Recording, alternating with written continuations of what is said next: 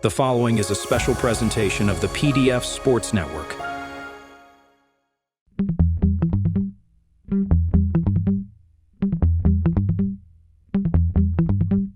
You know, I'm right. The podcast that uncovers the origin stories of some of the biggest names in sports, media, entertainment, entrepreneurship, and so much more. Nick Durst here, along with Joe Calabrese. And Joe, we have the questions, but our guest today, of course, he has the answers. It's not often we get to speak with a big-time movie star and a Hall of Famer. We have all that wrapped into one in this episode.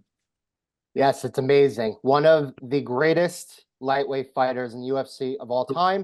He's going into the UFC Hall of Fame later in this year.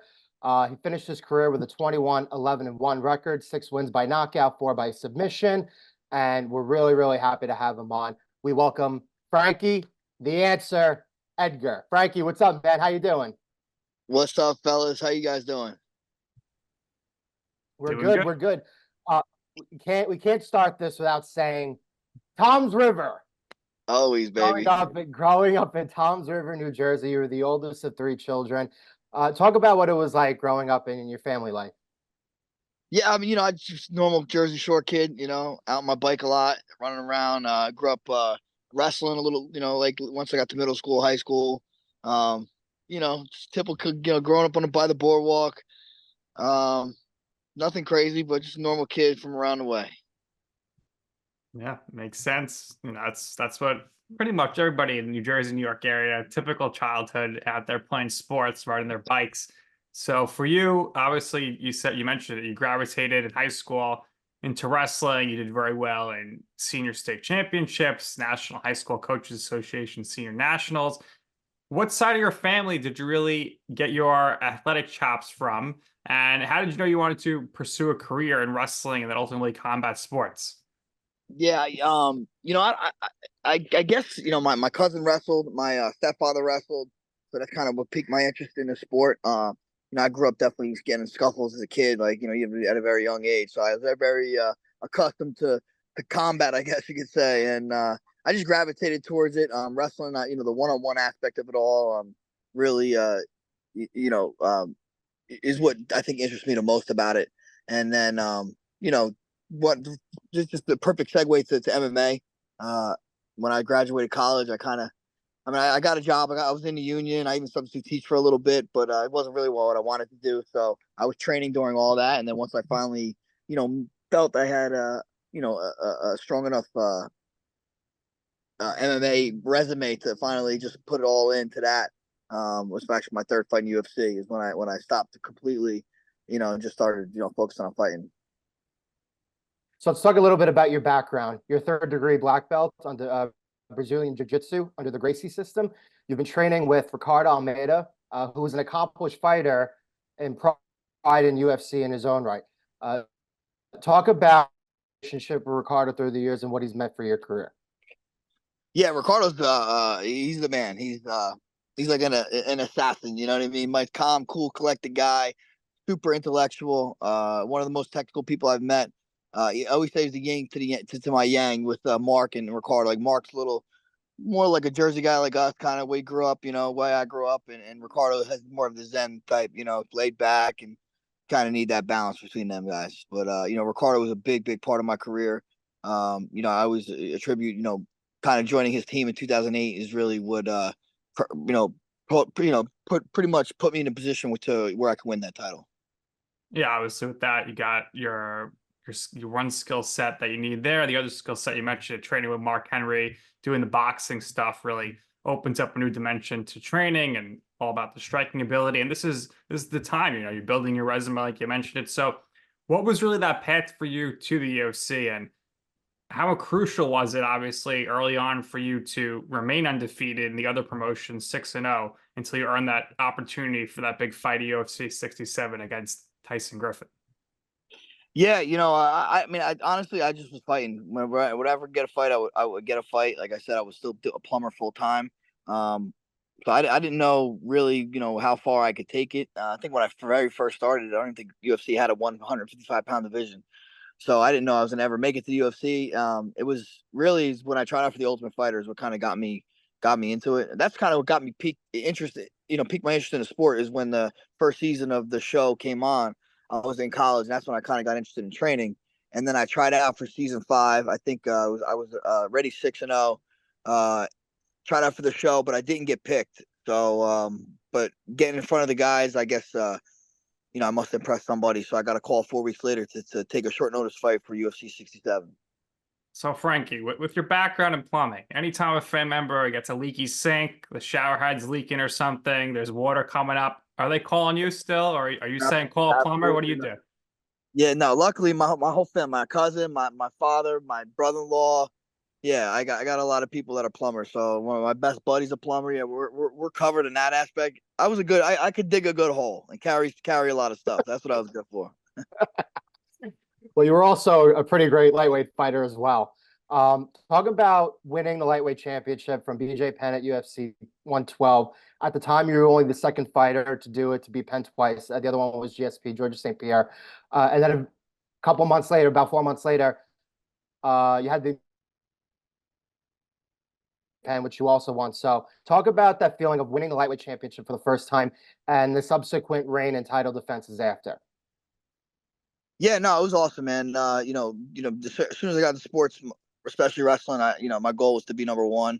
I came close to it in high school, college, all that stuff, but never really, reached the pinnacle of what I set out to do. So to do that for the first time against BJ in UFC 112, something that we'll remember forever, and special night out in the desert in Abu Dhabi. A lot of cool things about that'll definitely stay with me.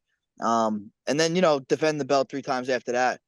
Some really good fights against Gray Maynard, obviously rematch of BJ, and even the fights with Benson Henderson. Those rematches with him were pretty good fights. I thought I maybe won at least 1 or 2 of those, but that's the way it goes. What were some of your favorite arenas or stadiums you got to fight in, and which were some that like you wish you could have that you didn't get to? Well, I mean, the Garden has got to be, on the top. I mean, it's Yeah. pretty much, it's our backyard, and world's most famous arena, Ali, Frazier. You know what I mean? It's just so much history there. Fighting Japan was very cool. I think the Saitama Arena, and there might have been 40,000 people there, so that was pretty cool. Somewhere I would. Oh, you know what? I don't think they have had a UFC fight there, but there's rumors they're going to do it, and this is where I'll definitely regret, being retired. Is they're talking about having fights in the Coliseum, so that'd be pretty dope. Well, I mean, Frank, everybody's got a price. So if the money's Hell right, yeah, I got a price. Ain't that high either. so you never know. I mean, pretty much people retire UFC all the time, Hall of Fame, and that when you're up there, they're going to be chanting "one more match, one more." You still got it, so you know it's going to happen.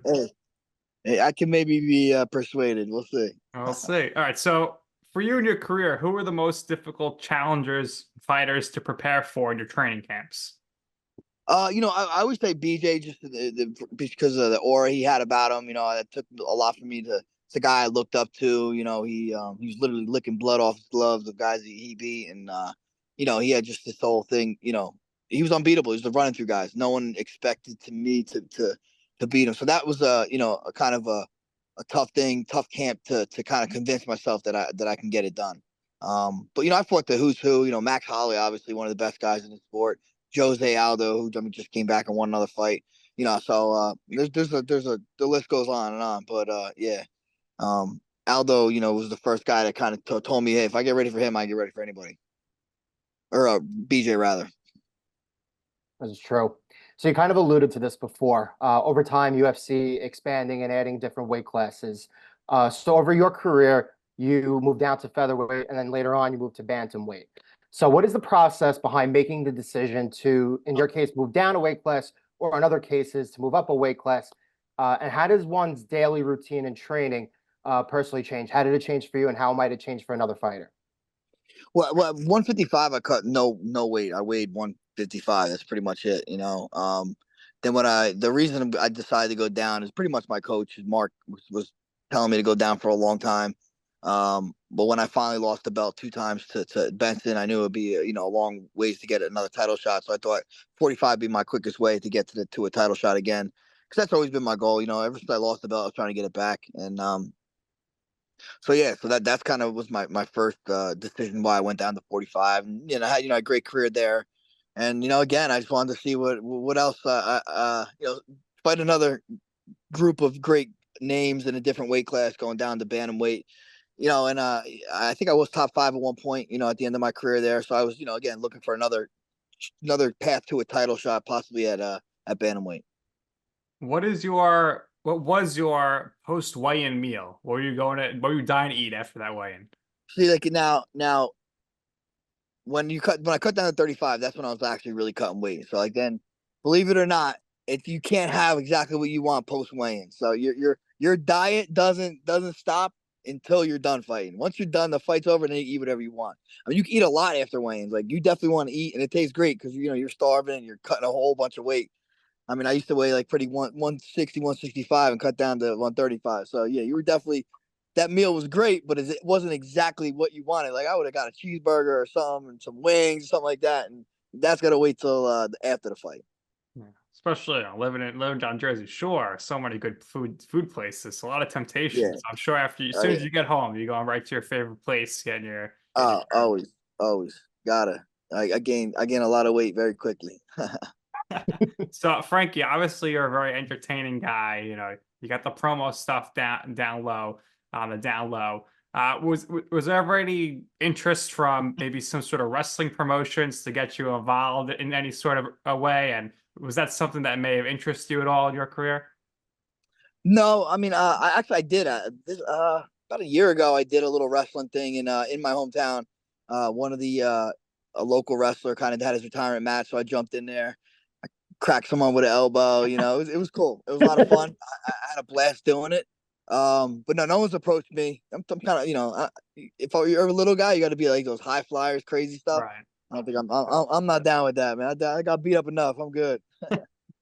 So when you were fighting and you saw all of your peers, were there any particular fighters that you personally enjoyed watching? You never wanted to miss their fights, and which fighters now that are currently fighting do you think closely resemble your style?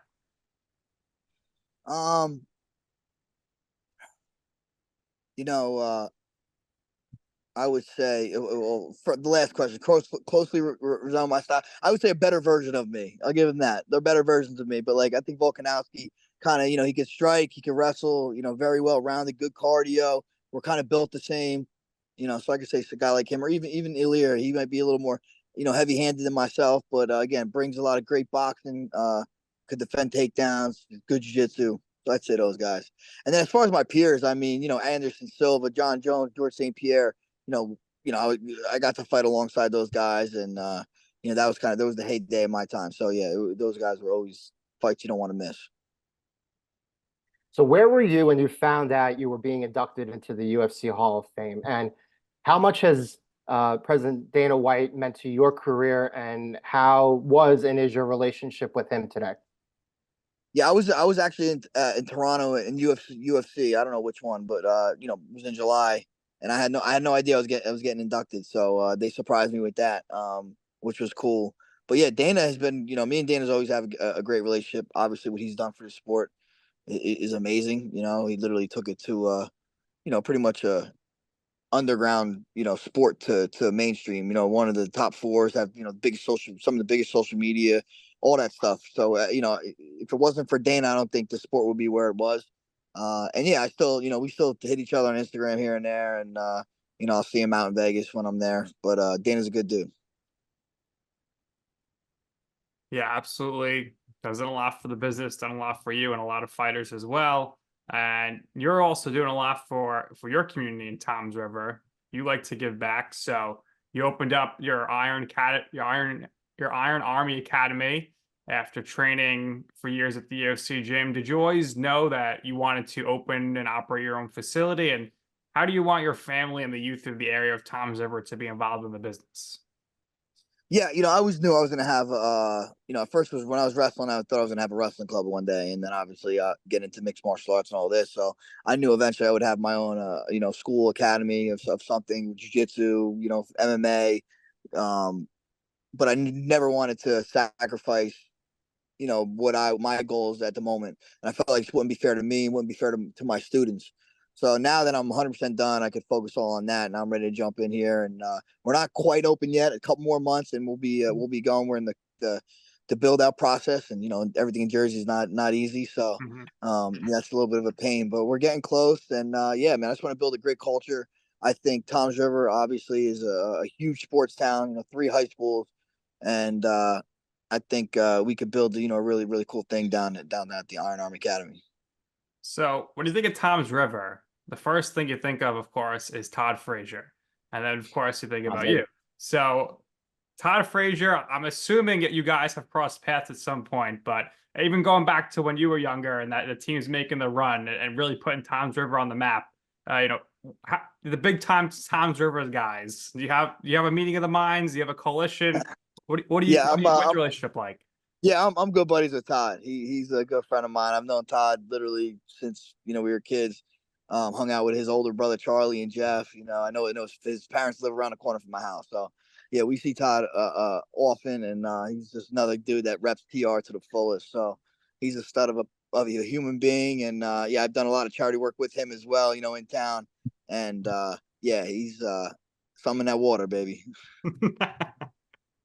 So let's talk about one of your other friends, Roger Matthews. You co-host the Champ and the Tramp podcast, which is highly, highly entertaining. I saw like the episode recently you did with the Sandman. Saw some social clips. So that's a lot of fun being a pro wrestling guy.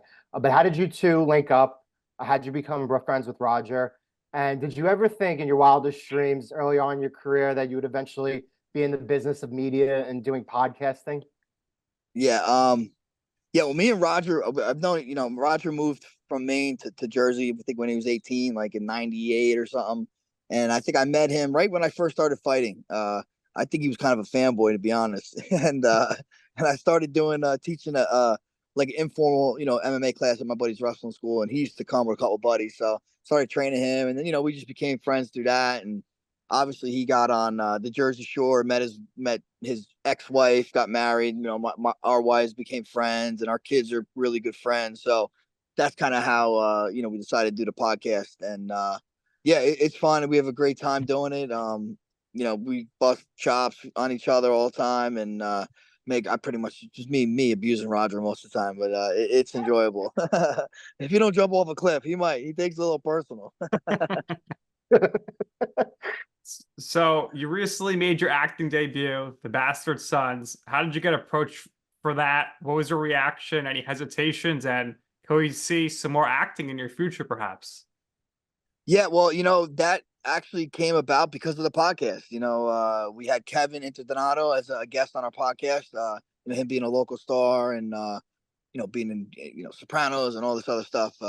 We had him as a guest, and he was actually telling us about this project on the show. And then eventually, a couple weeks later, a month later, said, "Hey, you guys want to, be in a movie?" At first, he approached us as extras. I'm like, "Yeah." And then, a couple weeks later, he's like, "Hey, some guy fell out. Do you want kind of a main role?"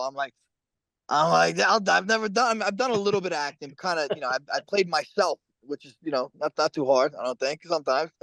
And I was like, yeah, I'll do it. I haven't done it before. I'll do it. But I was glad I did. I had a complete blast. Everybody on the project was awesome. Kevin's the man. So yeah, I don't know if anybody wants me in something, I would definitely entertain it. There you go, Joe. You heard it here first, and I'm right. So it could be a sequel of Bastard Sons. Yeah, yeah, that would be great. That would be great. Oh, you Well, definitely Joe, have a career in acting. You were hysterical in the movie. Thank you. Thank you. the good one-liners. So, Frankie, in your life or your career, what would you say is your I'm right moment? What we mean by that is a time or place where you wanted to pursue something. You asked somebody for advice. They said, Frank, that's a terrible idea. What are you doing that for? And you were like, you know what? I'm going to do it anyway. And in the end, you will see why it is that I'm right about this. Believe it or not, it was the moment before I had my first fight. My first MMA fight. I remember the night before my mentor came to my house, and because of he's a little bit older than me, obviously a family friend, knows my parents very well. My parents got in his ear, were kind of telling him to talk me out of it. And this is the night before I'm about to fight, and I looked up to this guy and a lot, and I still do. And when he tried to talk me out of it, it kind of it pissed me off, because I was like, you're the guy that doesn't talk. You're the guy that talks me into this stuff, So that was kind of that moment where I'm like, all right, you're trying to say I shouldn't do this. And I know he was just playing devil's advocate for my parents and all that. But yeah, that was kind of moment like, all right, I'm gonna show you what's up. So worked out. Love it. Love it. Love it. Listen, Frankie, you kick ass in literally every single area of your life. And I see pictures with your beautiful wife and children. Nick and I, we appreciate your time. Really, the first time I met you in person, you were very warm to me. So we're happy we did this. We wish you the best of luck moving forward, especially with everything with the gym.